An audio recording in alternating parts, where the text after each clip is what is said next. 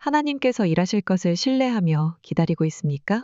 오늘의 말씀은 출애굽기 14장 21절에서 31절입니다.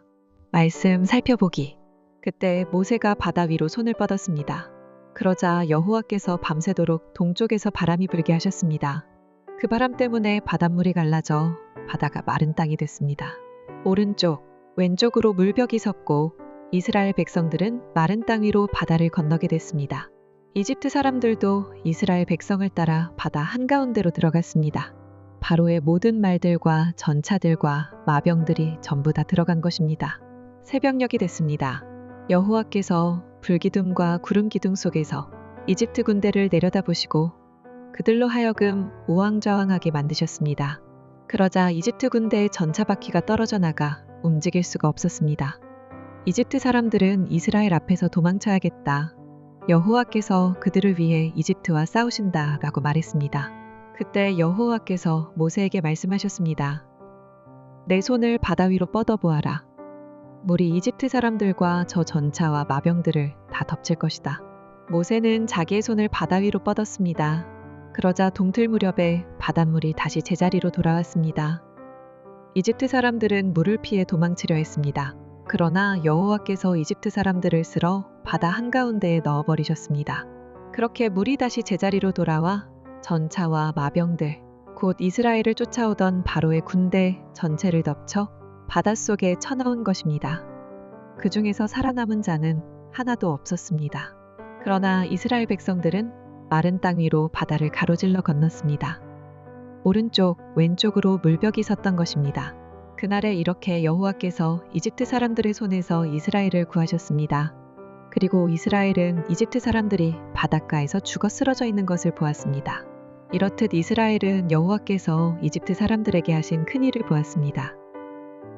그리하여 이스라엘 백성들은 여호와를 두려워하게 됐고 여호와와 그 종 모세를 믿게 됐습니다. 말씀 이해하기. 오늘 본문은 이스라엘 백성들이 갈라진 바다를 마른 땅과 같이 건너게 되는 장면입니다. 모세의 손동작을 통해 하나님은 바다 사이에 마른 땅이 보일 때까지 바람을 불게 하셨고 그 결과 이스라엘 백성은 바닷물로 만들어진 벽 사이로 건너게 됩니다. 이스라엘이 다 건너자 모세의 손동작으로 다시 바다의 물이 제자리로 돌아와 바로의 군대를 다 덮쳐버리게 됩니다. 하나님께서 이집트인들로부터 이스라엘 백성을 완전하게 구원하신 것입니다. 하나님이 바다에 길을 내시는 과정을 보면 바람을 이용하여 오랜 시간이 걸린 것을 볼 수 있습니다. 하나님은 전능하신 분이시지만 의도적으로 바다에 길을 내는 것을 이스라엘 백성들로 하여금 목도하게 하셨습니다. 처음 이스라엘 백성은 바람이 불 때 어떤 일이 일어날지 몰랐겠지만 하나님은 그들을 구원하고자 열심히 문제를 해결하셨습니다. 그런 면에서 하나님의 일하심을 보는 하나님의 백성들은 그분을 신뢰함으로 기다리는 시간이 필요합니다. 그뿐만 아니라 하나님은 자신의 일이 마칠 때까지 사람이 생각하는 것 이상으로 완벽하게 행하시는 분이십니다. 그렇기 때문에 출애굽기의 저자는 이집트의 군사 중 단 한 명도 살아남지 못했다고 기록합니다. 이 일은 원독자에게 매우 중요한 의미가 있습니다.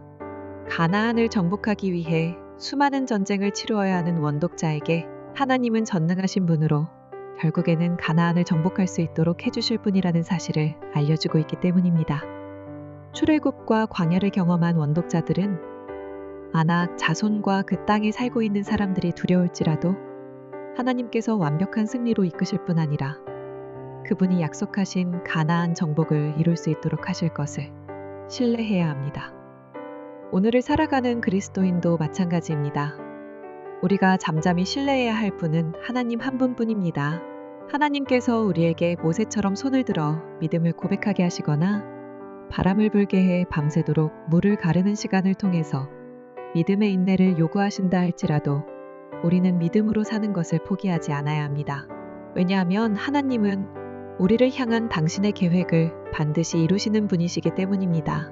그러므로 우리는 하나님의 하나님 되심을 기억하며 그분을 예배하고 믿음의 선택을 해야 합니다.